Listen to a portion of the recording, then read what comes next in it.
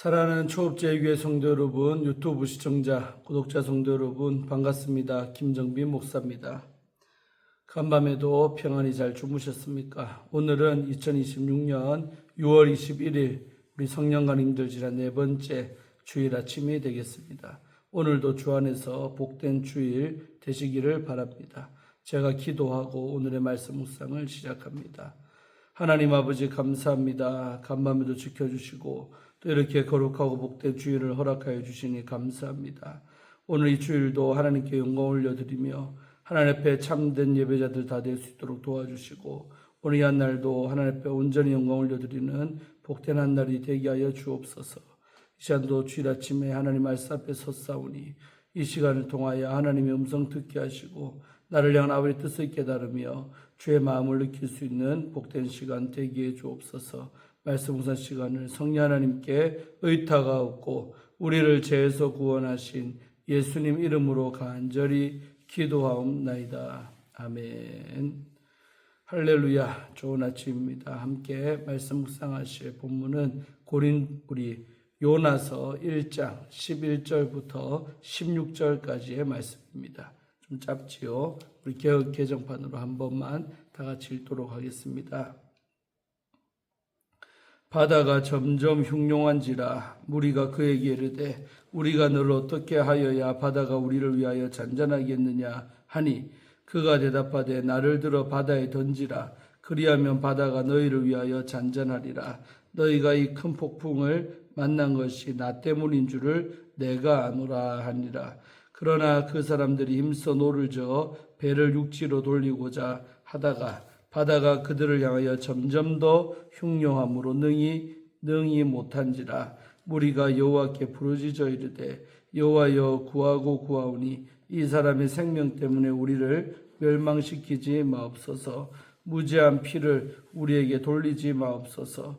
주여 주 여호와께서는 주의 뜻대로 행하심이니이다 하고 요나를 들어 바다에 던지니 바다가 뛰노는 것이 곧 그친지라. 그 사람들이 여호와를 크게 두려워하여 여호와께 제물을 드리고 소원을 하였더라. 아멘. 네, 오늘 말씀 먼저 주의할 때 은혜 받으시기를 바랍니다. 자, 오늘 11절부터 13절까지의 말씀은 피할 수 없는 하나님의 징벌이 나오고 있습니다. 요나서는 점층법을 사용하여 폭풍과 점점 더 심해지는 모습을 생생하게 묘사하고 있습니다. 여호와께서 큰 바람을 바다 위에 내리시매 바다 가운데 큰 폭풍이 일어나 4절이죠. 그 다음에 바다가 점점 흉룡한지라 11절이죠. 그 다음에 바다가 그들을 향하여 점점 더 흉룡함으로 13절이죠. 선원들이 힘써 노를 저었지만 큰 폭풍으로 인하여 배가 거의 깨질 지경이 되었습니다. 8절에서 폭풍의 이유를 물었던 선원들은 이제 요나에게 폭풍을 잔잔하게 할 방법을 묻습니다. 그들은 요나와 하나님과의 관계에서 폭풍이라는 큰 문제의 해답을 찾고자 했던 것입니다.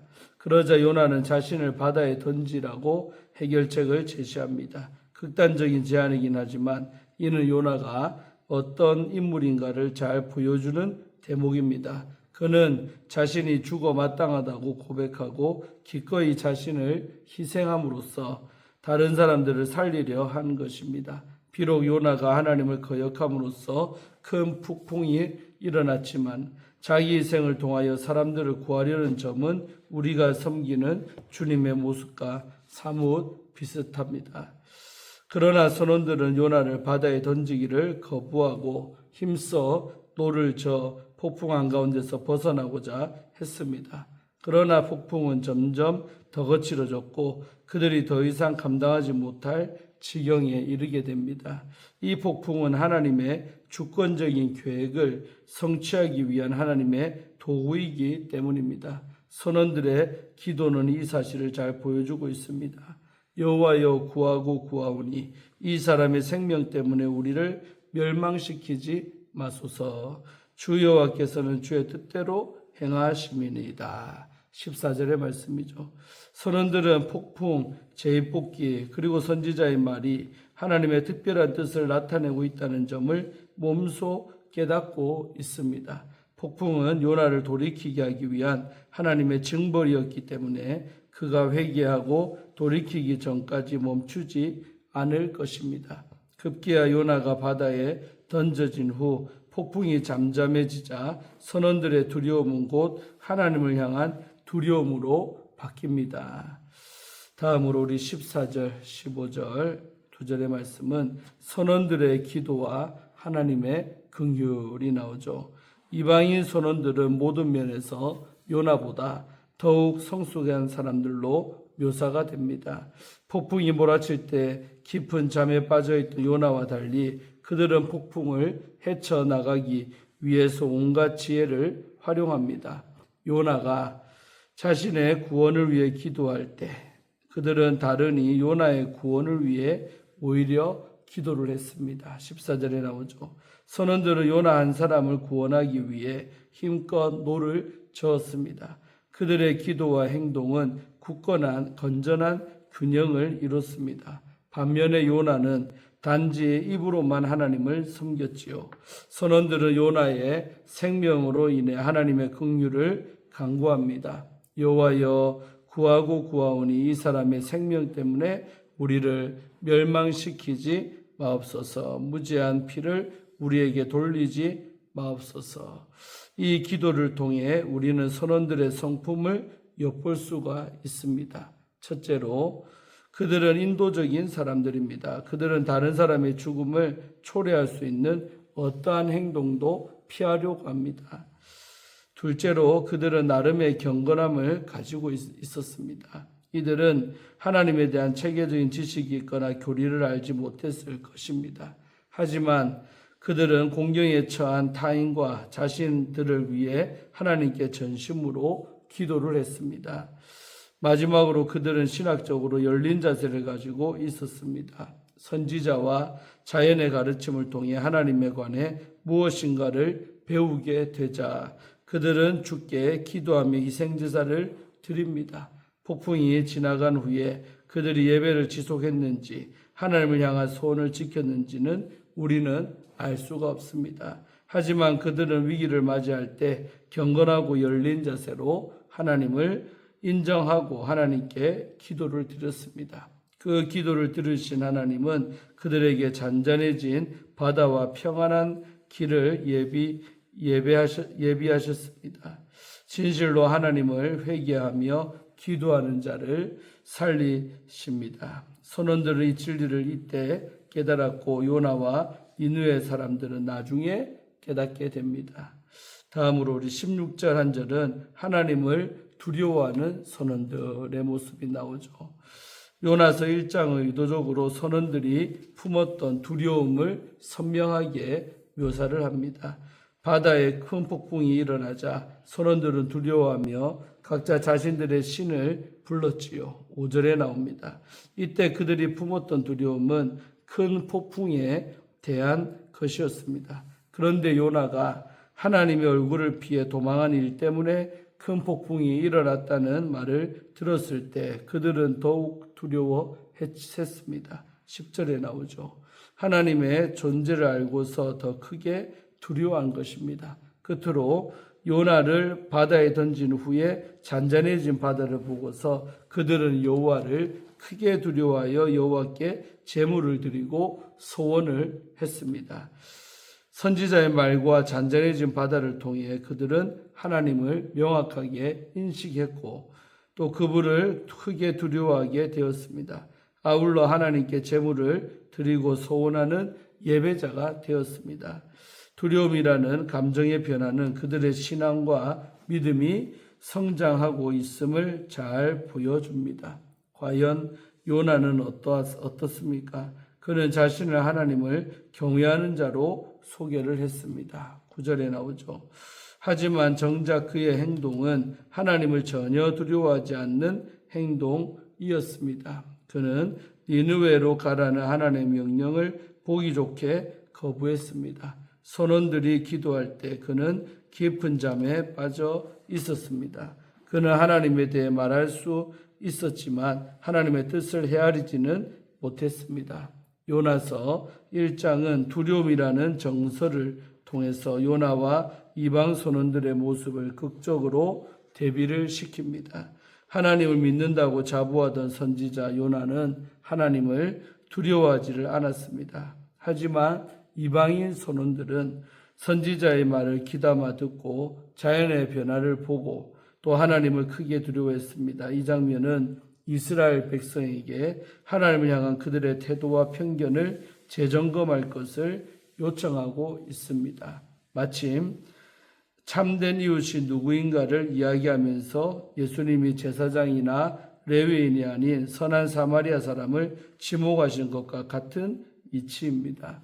이스라엘이 참 성도가 아니라 하나님을 경외하는 자가 참 성도입니다. 종교적인 지위나 명분을 가진 자가 아니라 하나님을 실질적으로 두려워하고 그분과 동행하는 자가 진정한 하나님의 백성입니다. 아멘. 예, 주일은 오늘 마쳤고요. 이어서 폭풍을 잠잠하게 하시는 하나님이라는 주제를 갖고 말씀 나눌 때 은혜 받으시기를 바랍니다. 오늘 본문은 폭풍 가운데서 요나와 선원들이 어떤 선택을 하는지를 보여줍니다. 그리고 사명을 위한 하나님의 주권과 사명에 따라 살아가는 성도의 삶에 대해 가르쳐 줍니다. 삶의 자리에서 내 뜻과 하나님의 뜻이 충돌할 때 우리는 어떤 믿음으로 살아야 할까요? 첫째로 요나를 바다에 던지지 못하는 선원들. 11절부터 13절 말씀 중심으로 보면 선원들은 거친 폭풍에서 벗어나려고 애를 썼지만은 점점 더 거세지는 풍랑 앞에 속수무책이었습니다. 그들은 요나에게 폭풍에서 벗어날 방법을 묻습니다. 그러자 요나는 자신을 바다에 던지면 바다가 잔잔해질 것이라고 말합니다. 차마 그럴 수 없었던 선원들은 더 힘껏 노를 저었습니다. 자신들의 힘으로 어떻게든 문제를 해결해 보려고 한 것입니다. 그러나 바다는 점점 더 거칠어졌습니다. 사랑하는 성도 여러분, 이 선원들의 모습에서 우리의 모습을 볼 수가 있습니다. 우리는 때로 하나님의 뜻 앞에서 돌이켜야 할 문제가 있는데도 하나님 앞에 바로 서기보다 내 힘으로 사항을 수습해 보려고 합니다. 그러나 어떤 문제는 더 열심히 사는 것으로 해결되지 않습니다. 그런 문제 앞에 성도는 하나님께 돌아서야 합니다. 삶에서 마주하는 문제 앞에서 잠시 멈춰서서 우리에게 말씀하시는 하나님의 음성에 귀 기울이고 그 음성에 순종하는 성도가 되시기를 바랍니다. 두 번째로 요나를 바다에 던지자 곧 잔잔해진 바다. 우리 14절, 15절 두 절 중심으로 살펴보면 급기야 선원들은 하나님께 부르짖습니다.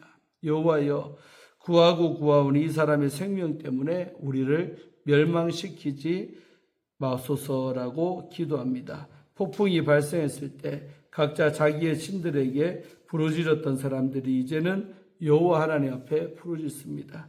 그리고 여호와께서는 주의 뜻대로 행하심이니다라고 또 고백을 합니다. 선원들은 바다를 움직이시는 분도 하나님이시고 이 상황을 해결하실 분도 하나님이심을 깨달은 것입니다. 결국 그들은 요나를 바다에 던졌고 바다는 곧 잔잔해집니다. 우리가 예상하지 못한 문제 앞에서 두려워하는 이유 중 하나는 내가 통제할 수 없다고 느끼기 때문입니다. 성경은 모든 것이 하나님의 주권 아래 있음을 가르쳐 줍니다. 이해할 수 없는 고난과 또 뜻대로 되지 않는 계획도 모두 하나님의 주권 아래에 있습니다. 그러므로 성도는 삶의 풍랑이 몰아칠 때 하나님의 주권을 인정하고 신뢰해야 합니다. 내가 해결할 수 없는 문제와 걱정을 하나님 앞에 내려놓고 구원의 은혜를 기대하며 믿음으로 서는 성도가 되시기를 기도드립니다. 셋째로 여호와께 제사를 드리고 서원을 한 선원들 16절 중심으로 살펴보면 선원들은 여호와를 크게 두려워하여 하나님 여호와께 제사를 드리고 소원을 합니다. 풍랑은 잔잔해졌고 두려움도 사라졌지만 하나님을 이제 경외하게 된 것입니다. 흥미로운 점은 선지자 요나는 하나님을 피해 도망을 쳤는데 이방 선원들은 하나님을 경외하며 가까이 나아갔다는 것입니다. 이는 하나님이 폭풍을 사용하셔서 요나를 돌이키게 하셨을 뿐 아니라 이 이방인 선원들에게도 당신을 드러내셨음을 보여줍니다. 우리가 흔들리는 자리에서도 하나님은 많은 사람을 바른 길로 이끄실 수 있습니다. 그러므로 우리는 자신의 실패만 바라보다가 하나님의 더 큰 뜻을 놓치지 말아야 합니다. 삶의 흔들림 속에서 하나님이 누구이신지를 더 깊이 배우는 성도님들 되시기를 간절히 소망합니다. 사랑하는 우리 초업제일교회 성도 여러분, 유튜브 우리 성도님들, 본문은 온 세상의 주인이시며 만물을 주관하시는 하나님을 가르쳐 줍니다.